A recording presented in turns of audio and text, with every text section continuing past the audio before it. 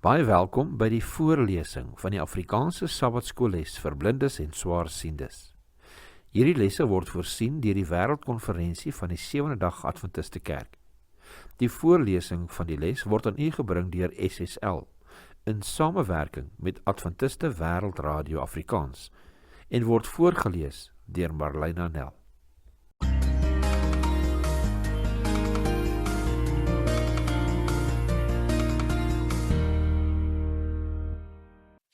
Dinsdag, 18 Augustus. Christus, die eersteling uit die wat gesterf het. As Jesus nie leef nie, is al die gelowiges se toekomsverwagtinge ook selfbedrog, volgens 1 Korintiërs 15 vers 12 tot 19.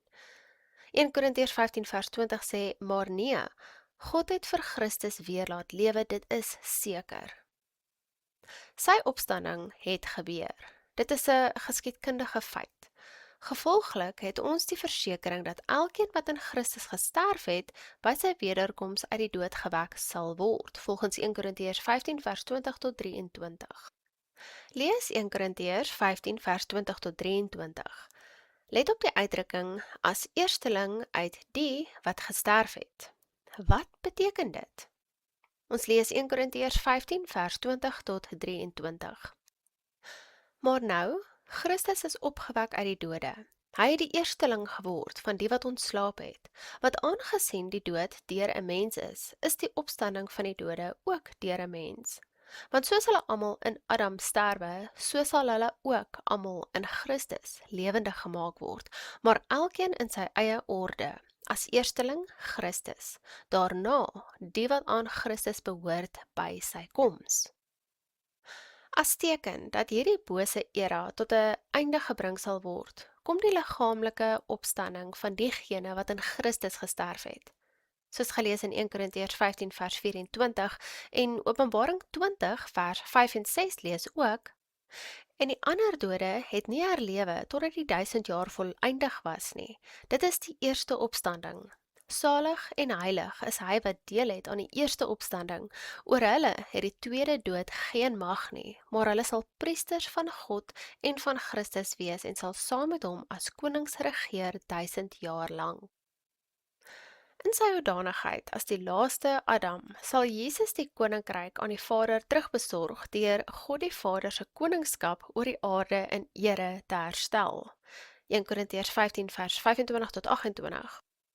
Christus wat homself aan God onderwerp het, 1 Korintiërs 15 vers 28, moet mens in die regte lig beskou, naamlik in terme van die wyse wat Adam en Christus met betrekking tot mekaar uitgebeeld word.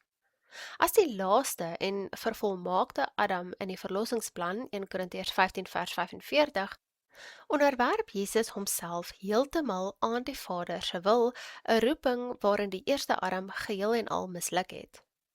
In 1 Korintiërs 15 vers 29 tot 34 sit Paulus die gedagtegang voort dat die ontkenning van Christus se opstanding dwaasheid is. Hy illustreer sy argument met behulp van die doop, op sigself 'n simbool van die gelowige wat saam met Christus tot sterwe kom en dan herleef het. Romeine 6 vers 3 lees, of weet julle nie dat ons almal wat in Christus Jesus gedoop is, in sy dood gedoop is nie? Dan sê Kolossense 2 vers 12 ook, omdat julle saam met hom begrawe is in die doop, waarin julle ook saam opgewek is deur die geloof in die werking van God, wat hom uit die dode opgewek het. So, dit is sinloos om die opstandingswerklikheid te ondermyn. Wat mens wel laat kopkrap, is die uitdrukking wat hulle vir dooies laat doop, 1 Korintiërs 15 vers 29. Wat bedoel Paulus daarby? Die volgende aanhaling lees ons uit Carl P. Koziart, 1 Korintiërs, Andrews Bible Commentary, New Testament, Berrien Springs, Michigan, VSA, Andrews University Press 2022, bladsy 1652. Die verskillende uitlegte is reeds voorgestel. Die beste is die waar hierdie sinsnede verwys na sommige se besluit om gedoop te word sodat hulle by die wederkoms met afgestorwe geliefdes herenig kan word. Moontlik dui dit ook op die doopbesluit as 'n respons op die voorbeeldige lewe van diegene wat in Christus gesterf het. In die geval is mense nie in die plek van afgestorwenes nie, maar as gevolg van hulle gedoop. Carl P. Kossiart, 1 Korintiërs Andrews Bible Commentary, New Testament, bladsy 1652. Ten tweede, wat baat dit? Jy waag jou lewe vir die evangelie sonder die opstanding. 1 Korintiërs 15 vers 30 tot 32. Dan sou dit beter wees om liewers 'n lewe van sinsgenot te lei. 1 Korintiërs 15 vers 32. Bepains Paulus se woorde in 2 Timoteus 1 vers 12. Hoe kon hy so seker van die toekoms wees en hoe kan ons wees? Ons lees en sluit af met 2 Timoteus 1 vers 12. Om hierdie rede ly ek ook hierdie dinge, maar ek skaam my nie, want ek weet in wie ek geglo het en ek is oortuig dat hy mag het om my pand te bewaar tot die dag toe.